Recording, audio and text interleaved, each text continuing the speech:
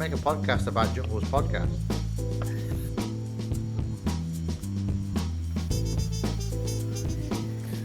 Oh man, it's a Twilight Zone right now. Okay. What's up, everybody? I finally got Rob Yong right where I want him on the podcast. He owns a casino, he's an entrepreneur, he's done all sorts of stuff, plays super high stakes, hero of poker, you name it. How does it feel to be on the podcast, or what's new with you? I'm just in Dubai at the moment, just relaxing. There's a few guys out here, Tony G's out here, Leon's out here, quite a few people I know, but I'm here with my family, so I'm just at Atlantis doing the aquarium stuff. And then I'm off to Vegas when I get back to play high stakes poker. I never played it before, that TV show with Poker Go Do. So I'm playing that for 3 days. Cool. All's good. I'm playing a lot more poker this year. I had to take like 2-3 years off with the kids because I've got a 4-year-old and a 2-year-old, and lockdown was perfect for me to take a break from playing. But this year I'm able to take the kids with me some places, so I'm playing a lot more, and I'm going to play that Hustler Live $1 million buy-in game as well, plus some other stuff over the year. I think you're great for poker. We need more people like you who are like legit supporting the game and also playing on TV because you kind of represent what poker should be about in some kind of way, or at least should be about for the sake of the longevity of the game and to make it more entertaining and all that sort of stuff. Well, I think people think with me, I've been in the business for 20 years now, so kind of been in it since I was like in my early 30s, so like I've done my apprenticeship, and I think people have kind of seen with my actions, whether it was at Party or DTD or working with the partners I work with, that whilst high stakes is something that I play, my real passion and my real interest is actually bringing new players into the game and getting people to kind of engaged in poker. And to be honest with you, one of my main reasons for that is my dad. I mean, my dad was 80 odd, and he was still playing poker every night at my casino, meeting new friends, socialising. And I just think that poker is something you can play all your life till the day you die, and socially it can really be a big benefit to you as you're getting older. I mean, you can't do other sports, but you can play poker, and I kind of saw what it did for my dad's life. You know, meeting a lot of new people, getting into social interaction. And I just think it's such a great game. I don't consider it same as a casino game. I consider it good. So I think over the years, a lot of people have seen me really try and promote the grassroots side, even though they may have seen me playing at slightly higher stakes than that myself personally. So yeah, I think. Yeah, I remember you telling me that story of how it like helped him cope with his old age. Yeah. And I mean, you're making a really good point because it is a social game, and in fact, it helps it helps me. It helped the other end of the spectrum. All the kids who play online games and that kind of thing, if they want to make some money, it turns out all the money's live, and you're playing against like legit, like almost literal machines on the internet. You can't do that in real life. They don't have Terminators yet. Fortunately, it'll be a minute for those. So all those kids come live and they have to socialize and be, at least respectable humans and all of that for the most part. Yeah, it's helped a lot of the guys like yourself. I remember when you first started playing, you were so quiet, so shy when you first started playing live, and now you're dressing up as Marvel heroes and Not yet Marvel heroes. WWF. So you definitely come out of your shell. It's helped a lot of those guys come into what I would call life experiences, who played online only. But I just think poker's generally just great. It's like life. It's decisions. You make decisions in poker, and some can go wrong and some can go right. And in life, you can get on a bad run. In life, you can make a lot of good decisions, and things can still go wrong for you. And just like poker, it's a test for you to see whether you have the backbone to keep on pushing and keep on improving. So in my life, certainly, since I've been working in business for myself since I was 21, so I've made so many mistakes, and sometimes I've known I've made the right decision, and I have to get the strength to keep making that. And you do in poker as well. You have have the strength to keep on making the right decision regardless of the outcome. So I find poker very, very similar to life, and I think that's why everybody should play poker. I also think reverse wise, playing poker will actually help you in life.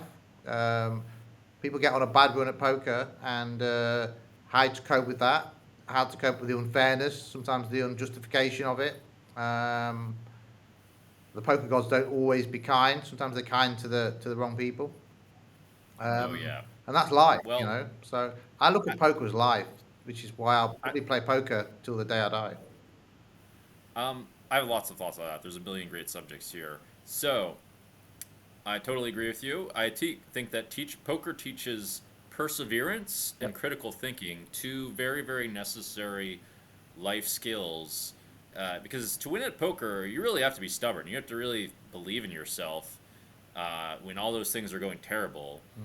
And yeah, you need that to be an entrepreneur too. I think entrepreneurship's even harder for all kinds of reasons, to be honest. I want to hear a bit of your stories in business that, or in poker actually, that where you had to persevere and get through when you made mistakes, and then you had to do the right thing over and over, and you did the right thing over and over, and it didn't work. What kind of stories you have about maybe your casino or Well, I mean, I'll anything? tell you how I got my first break in life, and maybe that is kind of sums up the rest of the way I've approached life. So, when I was 20, there was a job in London. It was a big job with 100 people working, 100 staff, and it was a job for someone much more qualified than me. I was a qualified accountant at the time, pretty young.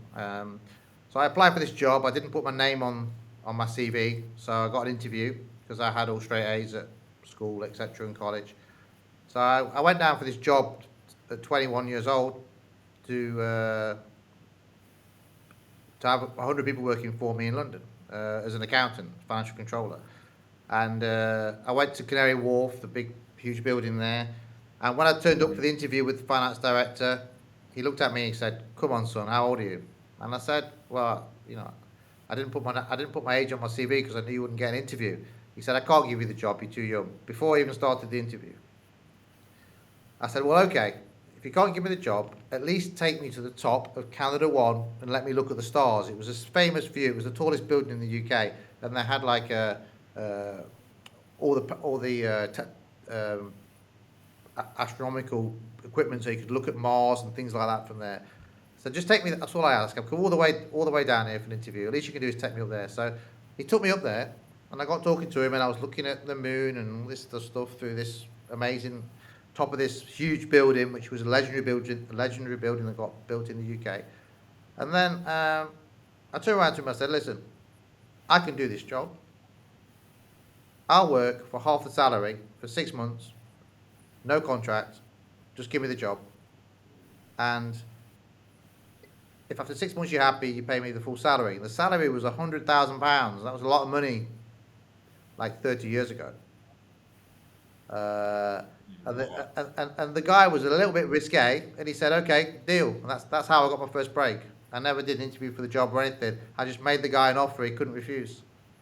Um, and he The did actually pay me half the salary as well. I thought he might feel sorry for me and pay me a bit more. So after 6 months, he put me on 100,000, which was enough to go to every nightclub every night in London and enjoy myself. And that's how I got my first break. Um, and I was wanted to stay with that company. It was the Mirror Group newspapers, so the equivalent of like the Washington Post or New York Times in the UK. And I loved that job, but unfortunately, my sister got ill in Nottingham, 2 hours away, and I had to go back and help with my sister. So I they kept the job open for me for 6 months while I was uh, with my sister and my family, and I never went back. I decided that I need to stay close to my family, and then I just decided that I was gonna set my own company up and work for myself, and that's how I started really. And I think by the time I was 25, I had 1,600 people working for me, so I grew it quite quickly. So yeah, but that kind of epitomizes without. There's lots of examples in my life where I've never given up, and I'll just make it happen no matter what. And normally I'll make things happen by sacrificing something myself. Whether maybe if I want to really work with a company, I'll say okay, I'll work with you for free for a year just to get in. Mhm. Many examples like that where I've just wanted something so much, I just don't accept no, and I just make an offer that they can't refuse. And once people realise that you're willing to basically say, "I'll do it on these terms," they know that you've got that confidence, and I think that's something that people sometimes they give up too early, and Oh yeah. so that's how I got my first good job really, and that was my first big break, and from then on I've always taken that approach that if I think I could do something, I'm gonna try, and I can't open the door, I'll just make something happen, and I think that's uh, that's a good lesson for anybody. Um, when I was 30, I actually went. I quit work and I had 3 years out, and I went around universities lecturing on business, and I wrote 10 golden rules that I'd learnt in my life, and I would lecture on those just 10 short golden rules, and never give up was always one of them. So, It's a good but yeah, one. I mean, if I give you another 10 examples, they're going to be the same like that. It's always the same approach. Never give up, and always try and do things the right way, even if the right way costs you some money at the start. I thought of a nickname for you of What's that? sorts. The Good Godfather, instead of Good like the. God, Father. I think with me that people deal with me, they realise that I'm always looking long term, and they also realise that I'm always trying to think of what the downsides are to something, and if the financial side is good and but the non-financial side's bad, I'm just never doing that. I'm never doing anything for money. So and that's not because I have money. I've always been like that. When I was poor, I still would never do anything just for money. So I think that holds you in good stead with people. People know where they are. They know they can respect you. They know that they can trust Mhm. you when you can't be bought. All right, I got like a million things to say. I'm not sure if I'm going to cover them all, but whatever. That's okay. I totally agree with you, and I think that people have this idea. One thing I realize is people have this idea of money as this currency that they're supposed to earn, but in secret, a greater currency to have that often yields to a lot of, um, often results in a lot of money anyway. In addition to many other things which you sacrifice by sacrificing your values for money, which is, as you said, doing something for what is right. I think this is like the secret, sort of like grandiose cosmological game that exists. I mean, it kind of has to exist philosophically, or at least something I've been thinking about, is that in the super long run, to do the right thing actually pays off in all kinds of different ways more, and maybe even more in money, oftentimes more in money actually, than taking the short term route for the sake of making lots of money. It depends what your long plan is. I mean, I had a very early situation in my life where I nearly sold a company when I was like 26, 27, and and I nearly sold that company to a company I hated. It was a big company that I was competing with, and I swore that I would never ever sell that company to them, my company to them, no matter what, because I couldn't stand them, didn't like them, and they made me a big offer, and I accept. I went out, had some drinks with them, got taken in by all the bullshit, and I agreed to sell the company for what was a good, decent, a lot of money at that time. And then in the morning, I woke up and I was brushing my teeth, and I looked at myself, and I just looked at myself like didn't like myself in the mirror, and I emailed the company and said, I'm not selling you my company for any amount of money. Fuck off. And since then, I had that early in my life that I couldn't be bought. And what you're talking about there is having that value of that feeling that you need to look at yourself in the mirror and you know the truth. So if you can look at yourself in the mirror and you know everything that you've done in life, good, bad, sins, non-sins, vices, non-vices, if you can look at yourself in the mirror and smile, I believe that's the measure of all the decisions that you should make in your life. I don't think it's about financial. It's not about if you do the right thing, you're going to end up making more money. It's about if you do the right thing that you think, you're going to end up being much more comfortable with yourself. And because I had that experience very early on in my life where I nearly sold my soul, and I didn't do it, and it was a lot of money for someone of my age. I would have never had to work again. Um, and because I didn't, I chose I chose self-respect rather than to be rich. That feeling I got there, you can't buy it. That feeling of, of looking at yourself in the mirror, and the mirror looking back at you, and not being happy with what you see and doing something about it, I think is fundamental to peace, contentment, happiness, and values. Not so. So when you bring that up, I think there's another layer. It's about all your secrets. When you're on your own, brushing your teeth, and you look in the mirror, are you proud of who you are?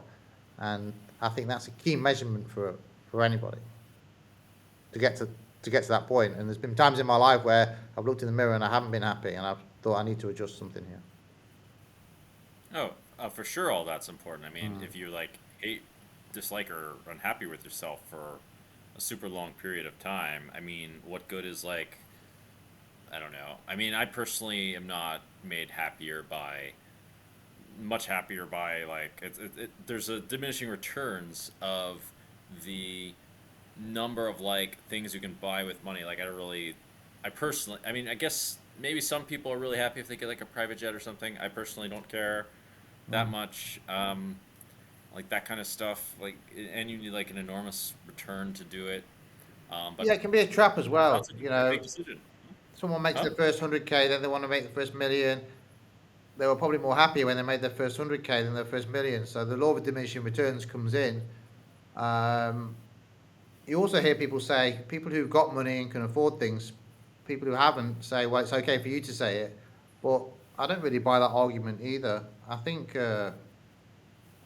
money's not the route to happiness. It's route to happiness is is kind of being happy with yourself. And I know you talk a bit about your podcast, you call it the game of life, which is an interesting term. And I think the game of life, um, winning the game of life, is not just about financial. It's about how you're feeling. You know. No, I 100% subscribe to that. Realizing that more and more, even if like whatever doesn't end up with money in the long run, it's not really a huge deal. I mean, you made it all yourself. You know, you ground away online. You battle people heads up. You know, you've not had any help of anybody, and you just done it yourself. I mean, just because you made it in poker doesn't. It's the same as making it in business. You've everything you have is down to your skills and how you've applied yourself. And um, all poker players who reach the top, same respect for them. Oh, thank you. Although I needed poker to do that, first of all, I needed other people to play against me that were worse than me. I needed for that opportunity to exist. I mean, I can tell you that the training sites helped me a ton, for example. All the resources I learned online, actually, if without all that, I don't think I would be that good. That stuff helped me exponentially. Yeah, Um, but you've taken the time to study it. I've never studied poker in my life. I don't deserve to win. The people that put the effort in deserve, but obviously, starting off from nothing, grinding up from the lower stakes. For me, people who do that, it's just like a maximum respect. I think it's much harder to do that now, though, isn't it, for the current crop? I mean, much yeah, harder to do what you. it should be. Although I may have some ideas behind that. I think if guided correctly, it may be possible to still do it. You think I someone would could start think. off playing like 25 cent, 50 cent with a 10K bankroll and go through the stakes?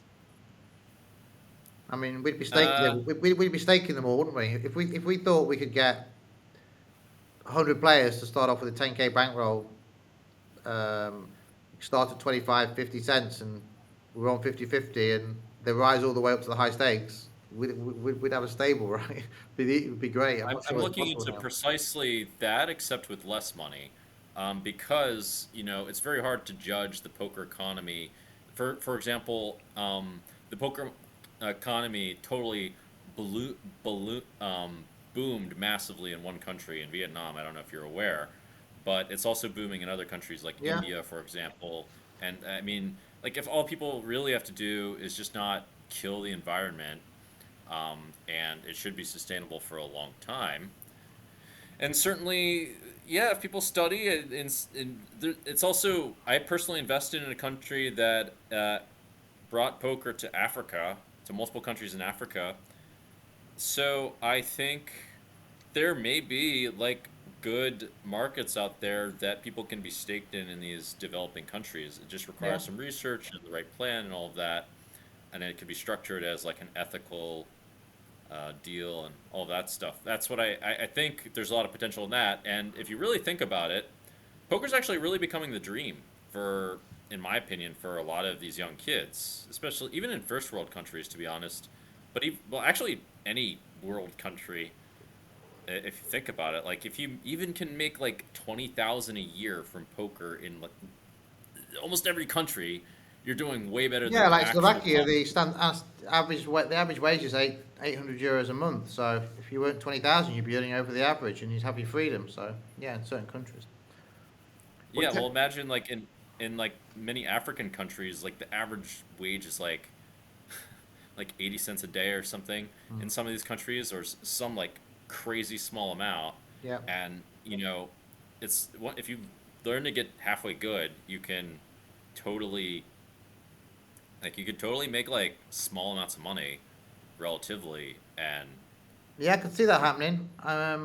Internet. If you look at the internet stats in Africa and countries like that, there's no reason why online poker shouldn't be starting to happen in those countries. There was always an excuse that the internet wasn't good enough, but I mean, there's certainly other waves that could help poker.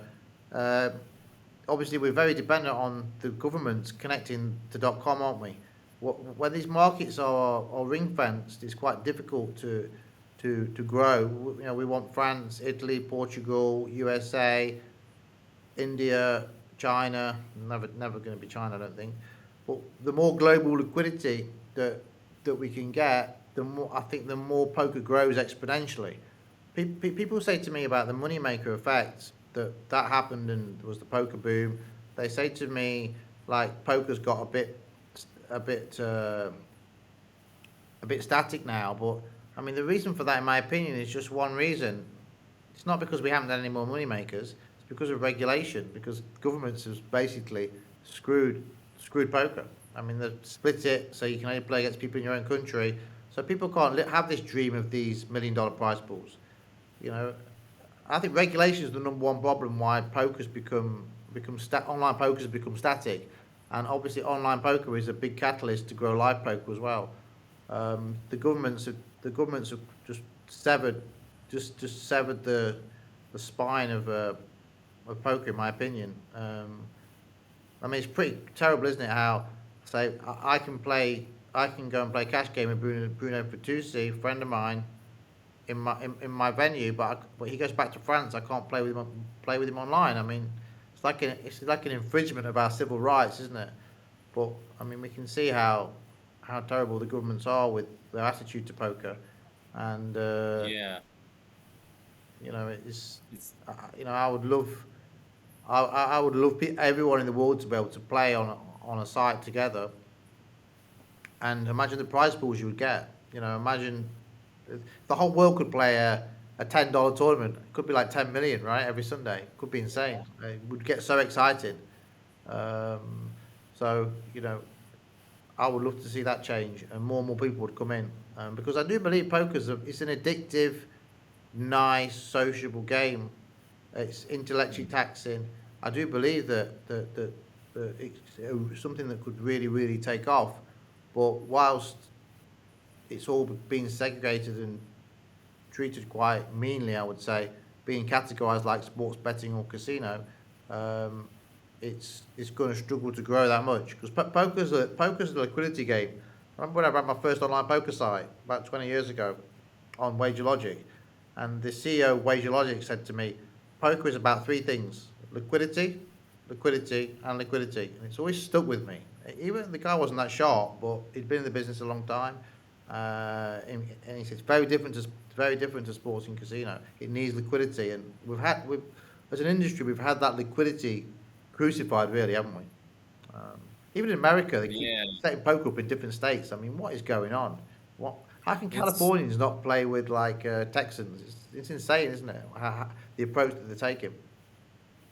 yeah, it's very strange. It's I don't really understand the details of why it's happening so much because if you look at even if you look at the number of people that actually have a gambling problem, well, first of all, the casino games are legal in a lot of different places, so I mean, no one wins at those, right? Like literally no one. And secondly, there's not that many. It's actually quite a low percent of people that have a legit gambling problem.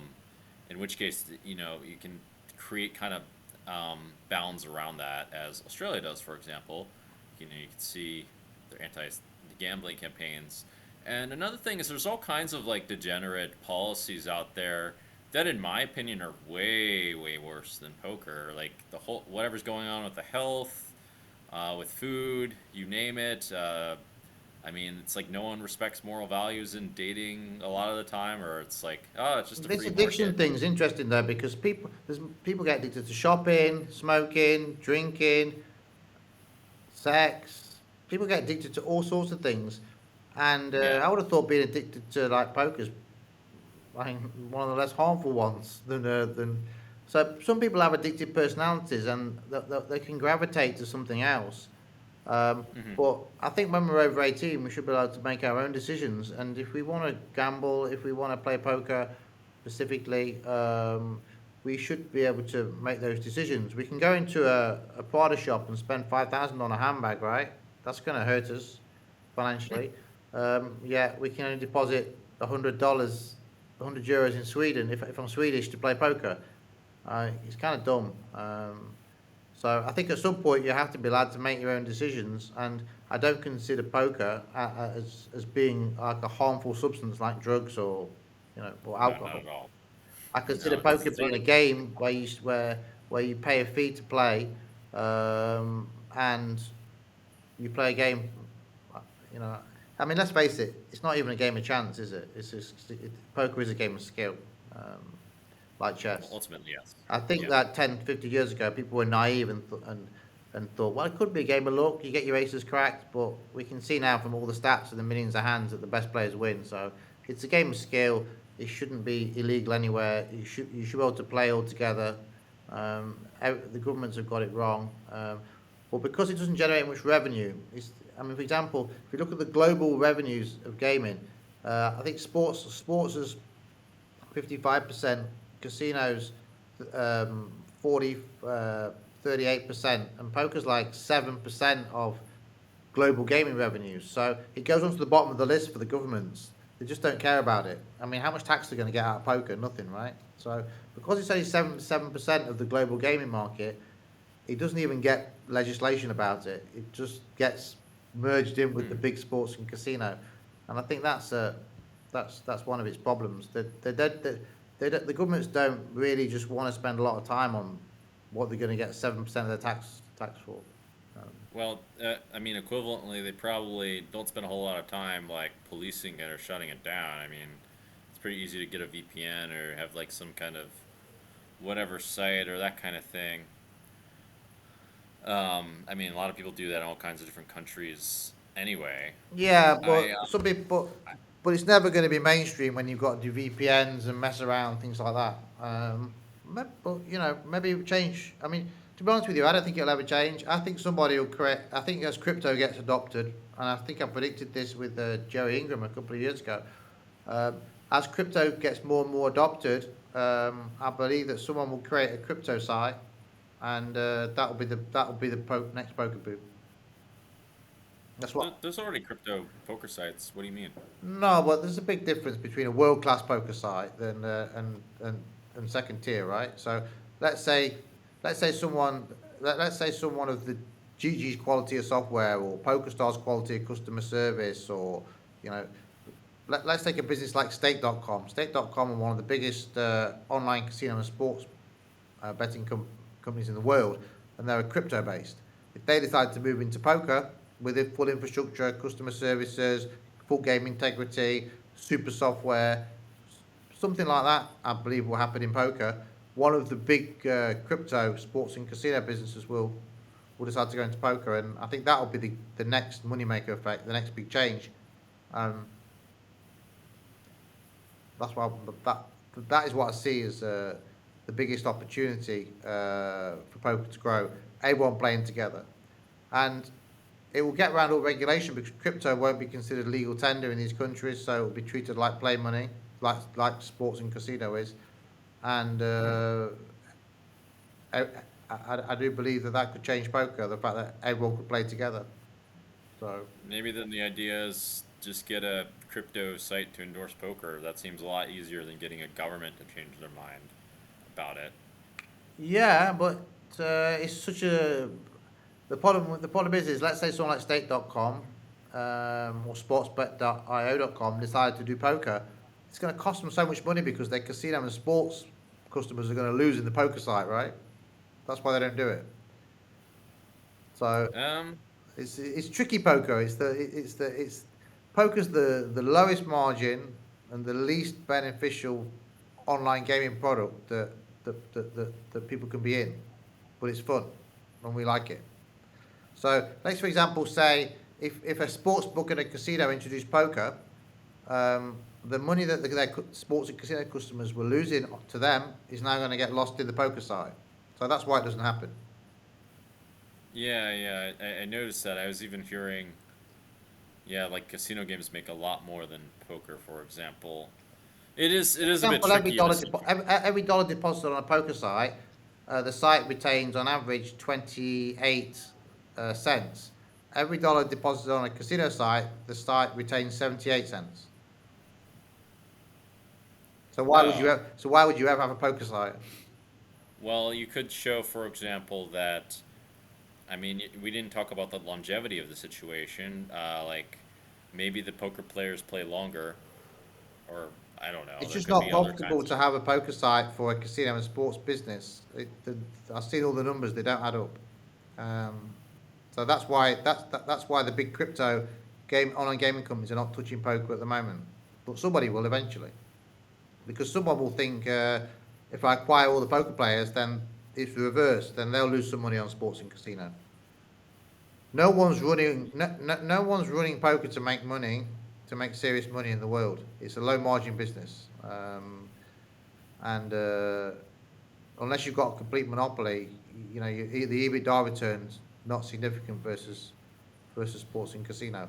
But I do predict that at some point, one of the big crypto companies or a big crypto company will go into poker, run off the blockchain, and I think that'll be the game changer for the poker industry.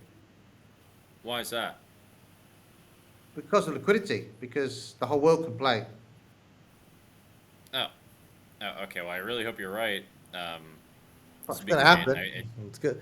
It's going to happen. I mean, just when someone does it, when someone wants to invest in poker, um, because what's going to happen to Poker Stars and GG and Party Poker and 88 is they're going to keep getting this ring fencing where, I mean, it's happening in Canada now where Ontario is its own network, and this is the government's kind of policy on sports and casino to ring fence and control the customers. They're just treating poker the same. So the future for the online poker businesses is really tough at the moment because of this regulation. It's going to keep hurting them. For example, when I was at Party, that Party had to close 59 markets to be compliant with the US. Uh, really, yeah, why they do it? parties. I believe Party probably went down 60% because of those changes. That's Really? liquidity.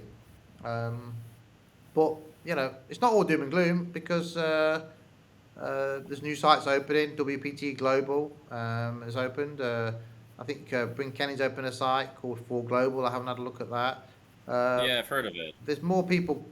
There's more people. There's a few more people seeing what GG have done and thinking, oh, maybe we could do that because obviously GG have grown exponentially, haven't they? Um, Uh, this seems very ambitious to me, but okay. I hope it grows in other ways. I'm really curious how you're planning on bringing more recreational players to the table. That I think would really help the games because obviously What we're going to the do at the more moment recreational. is we've got this project at the moment in our events business where a friend of mine, R2 from Russia, he's actually Armenian. We were having a drink one night about 7, 8 years ago in Sochi, and he said, "You know what my dream is?" And I said, "What's your dream?" He said, he had this little tour called EAPT. It did like little events in 500 buying events in Kazakhstan, um, Cyprus, just around that kind of area. He said, "My dream is to have a flag in every country and do a tournament in every country." And I said to him, "Yeah, imagine if you could have a grassroots tour in every single country, even if you only get Right. 500 runners in one country, like Georgia or somewhere like that, and link everybody together." Georgia can do better than that for sure. And I he met said them. to me, I said, "Hold that thought. I'll come back to you one day and help you do that." So one of our projects at the moment is we're going to help the EAPT put a flag in every country and do like a grassroots tournament. The main event will only be 500, and try and promote poker really, really at the grassroots. So that's one of our projects at the moment. Our second project is with APAT, Amateur Poker, Amateur Association of Poker. They do like between 100 and 200 grassroots. So DTD, my events company, we're getting behind those two brands, and we're going to help with all our relationships with all the casinos to try and facilitate growth at the live poker end from basically 100 to 500 buy-in. And my dream is with like the EAPT to deliver what R2 wanted to do, which was a flag in every country one day. So that's how we will try and do our bit to stimulate poker. However, I won't be.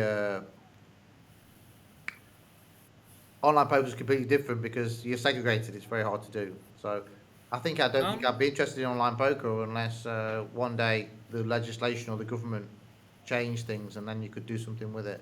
So we're going to attack it from the live poker angle by even if a country's only got a 3 million population like Montenegro, they're not big. No one, WPT are never going there. WSOP are never going there. No one's going to do a big event in Bordeaux, Montenegro, but we're going to do one. So that's what our passion's going to be to try and grow poker at the grassroots level. I'll support it. I mean, I'm happy to support you. I mean, you've done nice things for me, and I believe in the future of poker. And I think I mean, live poker certainly has the capacity to be more entertaining and have all these positive effects as well. I just wonder. I wonder on a couple things. I was thinking from a different angle, although I don't know how to solve it. And also I'm thinking, it's still not that easy to make like a ton of money. It's hard to make a ton like real money playing like 500 buy-in in wherever. Like first of all, most of these guys in Montenegro or whatever don't have like free $500 to do it. Yeah, I Um, mean, but of course, it's hard for them to make a ton of money doing it, but it stimulates the interest in that region for poker, and then that's. But yeah, you're not trying to recruit and train professional poker players of the future. You're just trying to get poker in front of people in that country where it probably doesn't get put in front of them because the main tours won't aren't. It's too small for the main tours to go there. right. Um, so Well, I think if everyone right. does their little bit, I mean, there's lots of people doing things. We want to do things in the live space because it's where our expertise is. But you've got the YouTube, you've got these podcasts happening at the moment.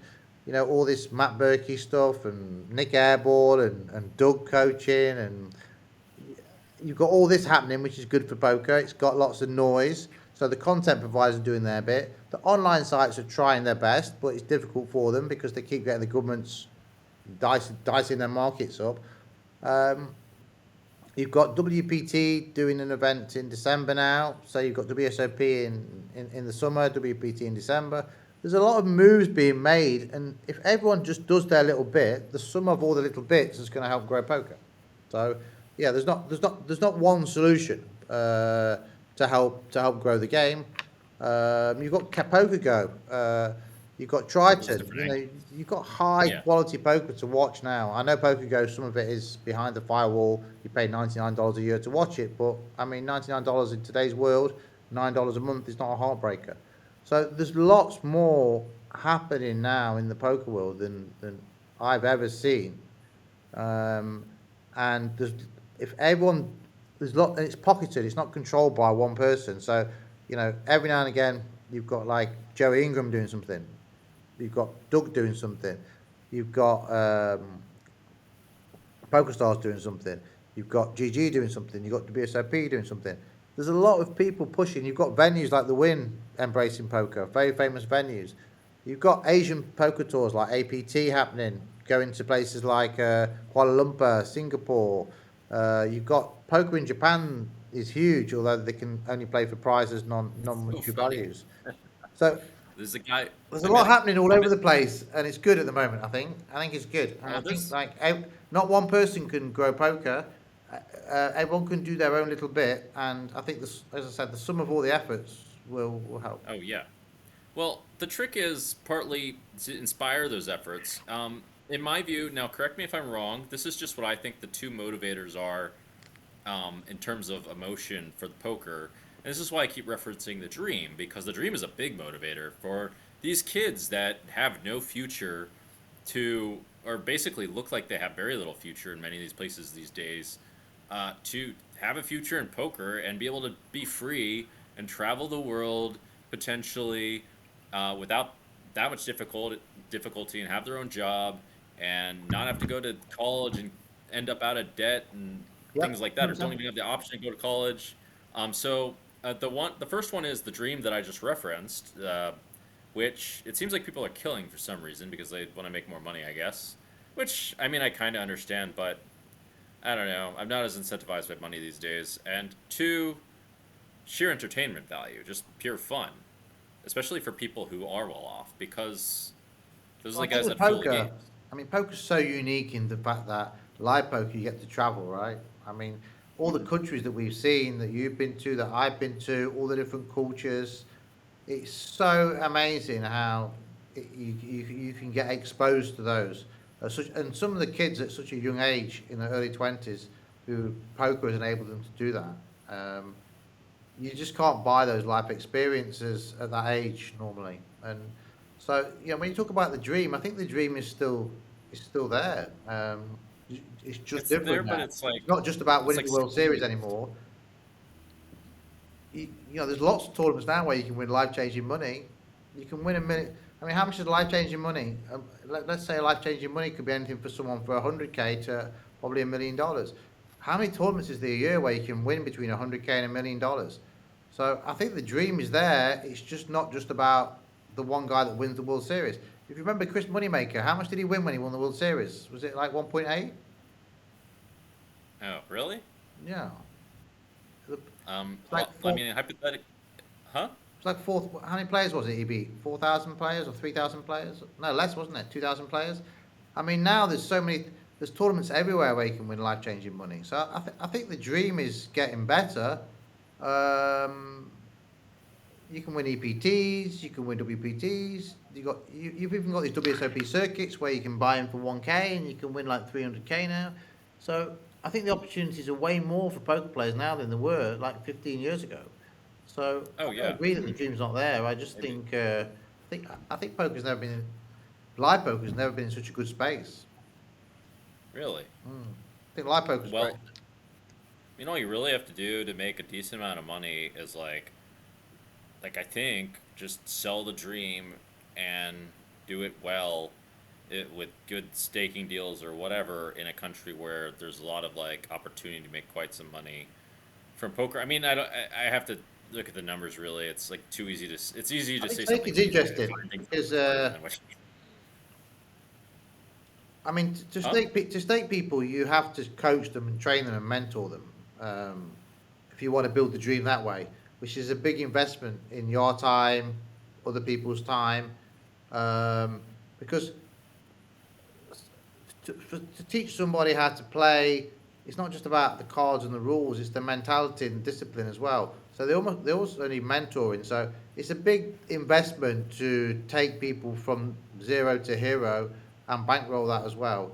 It's not just about log in and watch this video and learn how to play. I think you have to be a Well, can't mentor for them and grow them as a team. Well, I kind of like that idea, and quite a bit of that approach has been done in Brazil. You have like some of the stables in Brazil, like 4Bet, where it's been more of a mentoring complete solution rather than just watch this video and click these buttons.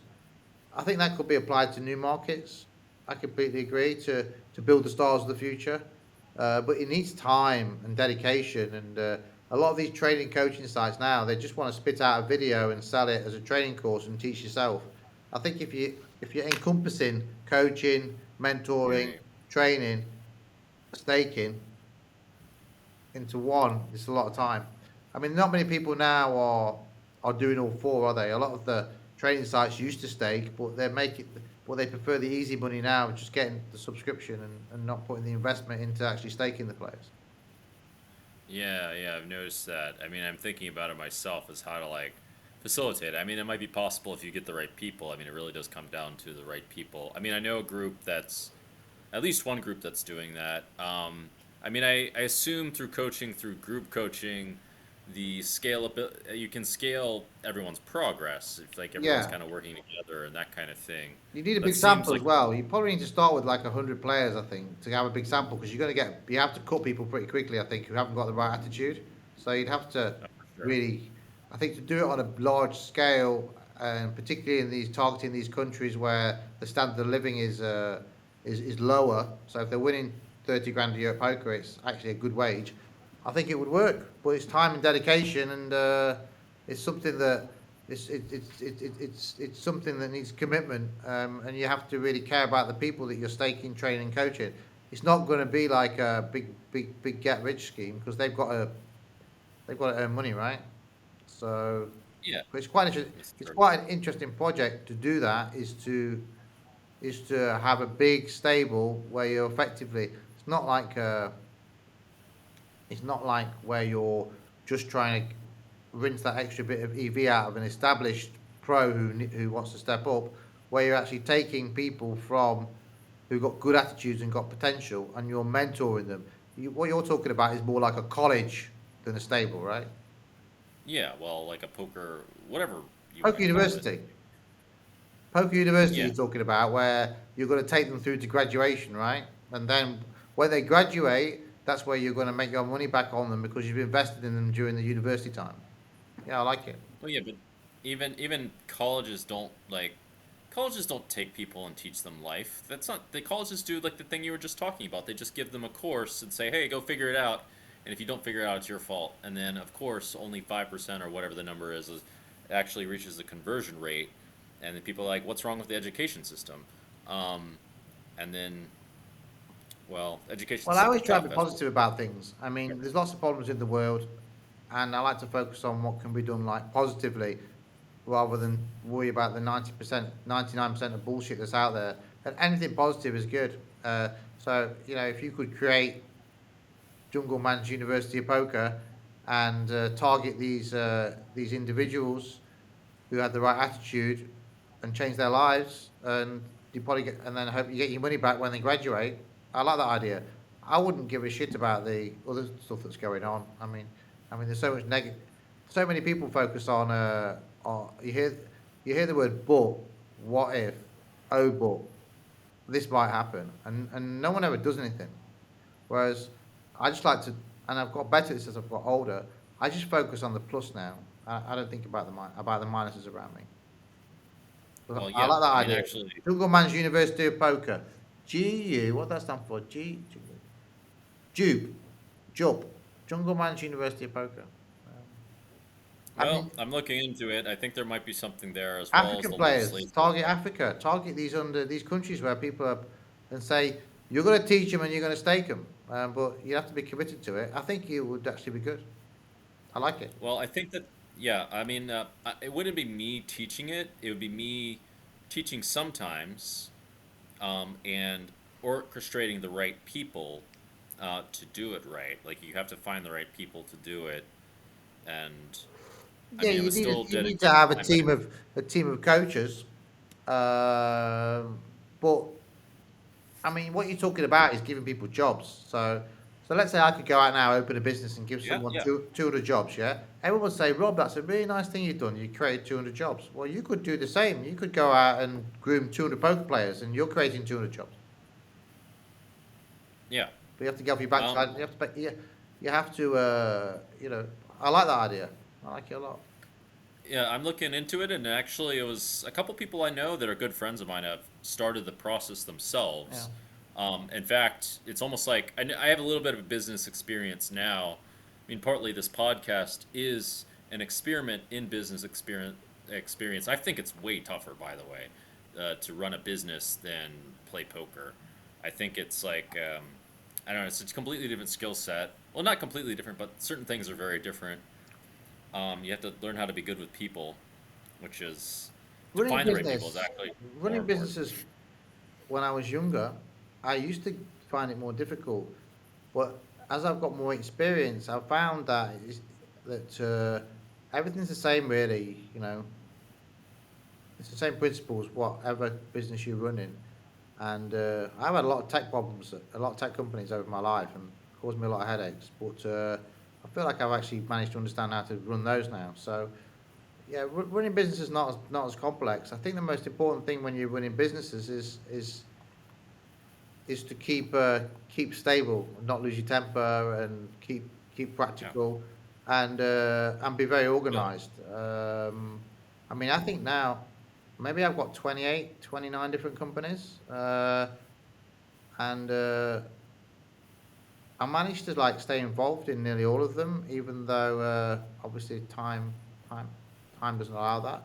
But really. I find it with experience you can get the right people and invest in people, and I think it. I wouldn't say running business is that complicated. Um, now, Okay, I got some questions because to me it seems, I mean, it seems like there's certainly some big things to focus on that are not so easy. For one thing, how like, wait, you said you're tracking 29 businesses? maybe more. Yeah, You don't even know how many. What? I don't know. I mean, I think it was 28 last time I did the organisational chart. It's like instead of 16 tabling, you're 29 business. Yeah, but a lot of I these think I'm businesses are missing businesses something. that I've invested in and I've not got an active role, and I'm like mentoring What do you? the CEO, or they're not where I'm going and selling or Yeah. doing something. Some of those businesses are businesses that are friends that needed the money to start up, and I helped them. But yeah, I'm Oh. tracking. I think all those businesses I own more than 50% of. So yeah, Well. but I don't find. Um, I don't find it so complicated because I've tried over the years. I've managed to simplify things down a little bit uh, to a few things, and the main thing that I've learned is instead of shouting at people, you support people. And maybe Well. when I was younger, I used to shout to people and say, "You're doing this wrong. You're rubbish. Why haven't you done this?" Like you see people on TV doing. What I've found is that supporting people and working with people over the last 20 years, I made that big change, and I found that's been more productive. Well, that's. I mean, that's kind of. I mean, that's a big realization I had over all domains, essentially. I mean, this is why I got more and more involved in spirituality because I kept seeing these overarching tendencies of the root of all problems essentially came back to one thing, essentially some variation of greed, basically, um, would be the terms in practical philosophy.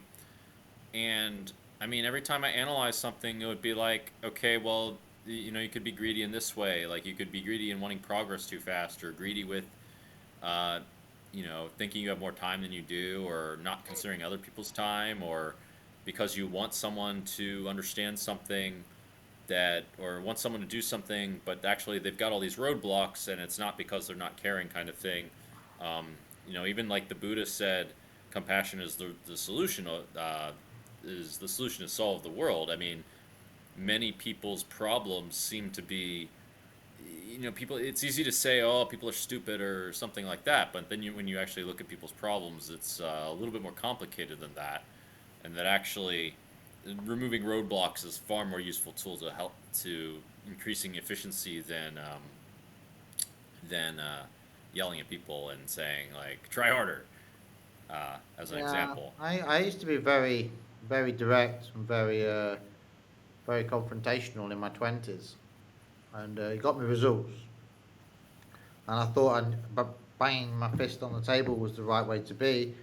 But in the last probably 20 years, I've realised that uh, most people are good people. They're not trying to make mistakes on purpose. So it's very important not to put people in the wrong jobs, and it's also very important if you put them in a job that you accept responsibility for you giving them the job. Not so if they fail, it's your responsibility as much as theirs. So Mm. like a lot of things that I've learned that have changed my outlook on life that keep me more calmer now as I've got older, and um, I think business is about people, and you have to like people. You have to want people to be successful or do well. You have to, like I don't have any meetings. I call them catch ups because I want people to think that it's just a catch up and a cup of coffee. I don't have any formal things that I do anymore.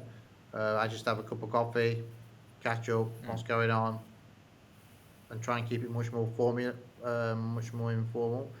So I've the way that I do things is a bit more agile, and I feel that technology's helped that as well with Discord and Telegram and WhatsApp, Zoom. It enables us to be more flexible. We can employ people now who have got two kids and let them and not worry that they drop them off at school in the morning and pick them up at 3 o'clock. If we employ people that we trust, we can let people's lives be more fuller and not have them change the desk from 8 till 5 every day. So I think technology's helped in a lot how we can make people allow people to be more happy at work and therefore more productive. But I don't know many people that work like me, to be honest with you. Most people don't. But I, Really, I, I think I, people lie in I small like ways. this Do you think? approach. Pardon? What's that? You said you don't know many people that lie to you, No, that no, would I lie don't to know many you. people that work in this kind of like agile, flexible working approach. Like I would be happy to employ someone and they could relocate to the moon, and if I trusted them, I'd still be happy with that. So Oh, yeah. having this sort of this whole whilst I'm older, I believe that one day we will see no offices. I don't think we'll have office blocks. I think people will just have work from. I think everyone will work remotely. I think technology will make things more. I mean, like I'm on this call with you now, and it's not that dissimilar. I don't find it this dissimilar to us being in the same room. I think technology moving on will just change a lot of the way businesses are done and make communication much more easier. Uh, I mean, if say you employ 100 people, you could just get 100 people on Zoom and tell them your vision. You couldn't do that like 10, 15 years ago. Oh, yeah. You'd have to organise a conference in some hotel. And I think just like the whole technology and everything has made business more simpler. So going back to your original point about business could be a little bit difficult, I'm saying like it can be difficult if you adopt the old ways, board Hmm. meetings, conferences, all this bullshit. But if you use technology, I think business can be a lot more simpler. One of the biggest barriers in business is communication. It's solved now. We can communicate. If people embrace technology and rediscover business, it will be a lot more simpler for them. It's my long-winded point of replying to you. Oh, for sure. I mean that it should be easier, far easier to scale than it used to be. I'm just thinking to myself, dealing with people in many ways is like playing poker hands if you think about it. Or at least I was making this analogy because you can deal with people in ways that they're probabilistically going to respond better than in other ways, right? I mean, and and you're trying to at least collaborate, but I think it requires a stronger will to master the communication and lead people. I think this is a really difficult thing to do. In addition, I mean, there's a few different major skill sets that at least I've seen in business that seem quite I don't know. They seem different, but maybe I've just had like totally different experience. I mean, you have to understand your monetization strategy. You've got to find the right people is one of the biggest things I think. And know which traits to look for isn't that obvious. I think I kind of mostly know now, but I'm not. I think I have a good idea of which traits to look for. You have to be able to like scope them out, which is a little bit of a poker skill as Yeah, well. poker. This is why poker's like life. You sit at the poker table, you want to get to know the people, what their tendencies are. Do they bluff? Do they not bluff? Do they lie? Do they what tells do they give off? Poker is so similar to business. It's that's what that's one of the reasons why poker's similar to life. Like a business poker life. I mean, there's a guy. I don't know how well you know him. Bill Perkins, who you can Yeah, just no. tell when he does a podcast, he's full of life. He's fair, and I met Bill maybe 20 times, been out for dinner with him a few times, but I trust him. I would buy into him. He wrote that great book, Die with Zero. Hmm. I respect what he says, and if I ever say if I was going to pick someone to arbitrate something, I would trust him. There's just certain people like that who have that ability to lead, and when they talk, you listen to them, and that skill is a culmination of all his experiences over time, good Right. experiences and bad experiences. So you kind of have to go through the good and the bad to get Yeah. to be like a Bill, and you do meet like people maybe like yourself who've been in another walk of life. They want to transfer across to business, uh, you, and it's hard to transfer straight across because you haven't got so many of the bumps and the things that have gone wrong down the road Are to you kind of sure? the grey You sure hairs about that? to wizen you a little bit. So there's no Are you sure about that? I got some things. yeah. Well, I'm talking about in terms of like you haven't interviewed 10 people, given them jobs, and Yeah, I nine have. of them don't work out. That happens in I've had that happen. Exactly that. I've had to fire my friends. I've had to, I've had people me over that I never imagined would screw me over. I've had all of this happen. all that translates into business. Um, but you kind of have to take those experiences in poker and think that those same things are going to happen in business. It's not that new, is what I'm saying to you. Oh Um, yeah. Oh, for like sure. I like people mean, that you trusted, maybe you've loaned money to people that you trusted and they're screwed and they've not paid you. There's a difference between not paying you when they have it, when they slow pay right. you, to not paying you because they've gone broke. A hundred In percent. business, you give credit to a company, you supply them. The company runs into problems, doesn't pay you. Same shit. So, poker's like such an amazing life experience for all walks of life. It teaches you a lot about those same exact debt problems that you're talking about because most people that owe me money didn't owe me money because they because they wanted to. They owe me money, and that's what I find funny.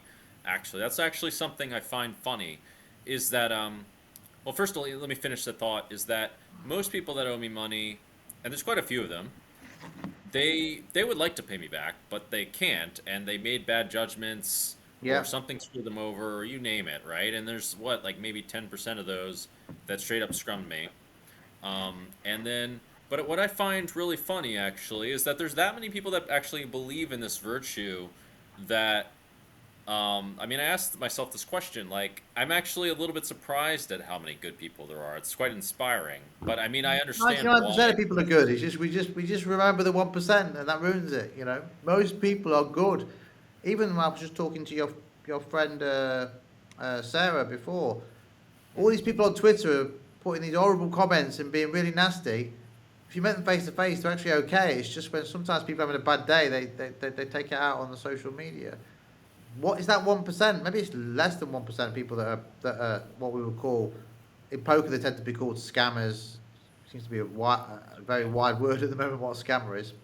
But there's a big difference between someone saying, Jungle, lend me 10k, and they don't think they can ever, they know they can never pay you, to a guy saying, Jungle, lend me 10k and I'll pay you back in 3 months, and they're going to have a go at paying you. It's the guy that knows he's never paying you that you have to avoid, right? Yeah, And yeah, there's of a, course. and there's a few, and unfortunately in poker there is a few of those guys who are just never going to pay you, period. And then move on to the next person, the next person, and the next person. But like I'm obviously I'm owed quite a lot of money, and and I never I've loaned people money, and sometimes they've never intended to pay me. I made a mistake. Sometimes they've fallen upon hard times. It's nice if they, even if they owe you like 50k and they like pay you like 5k every like year. It's nice to get, yeah. And sometimes if someone makes an effort, say someone owed me like 20k and they make an effort, pay like 2k, I just say, listen, you don't have to pay me the rest. You made an effort.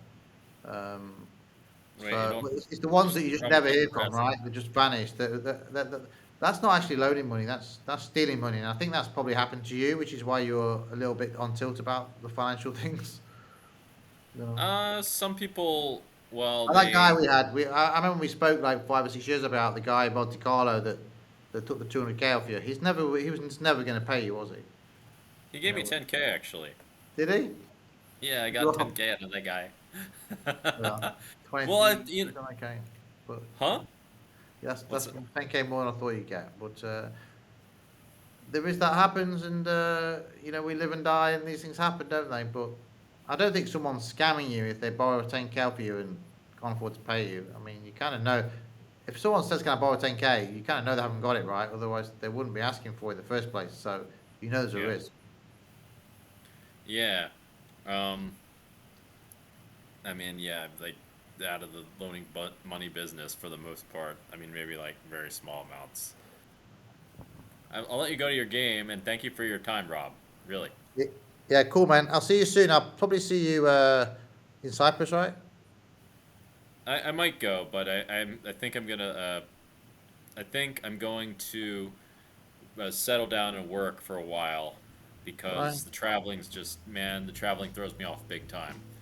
It's like I get in crazy momentum when I'm not Okay, so I'll traveling. see you in Cyprus then, because you always say you're not coming anywhere and you always turn up.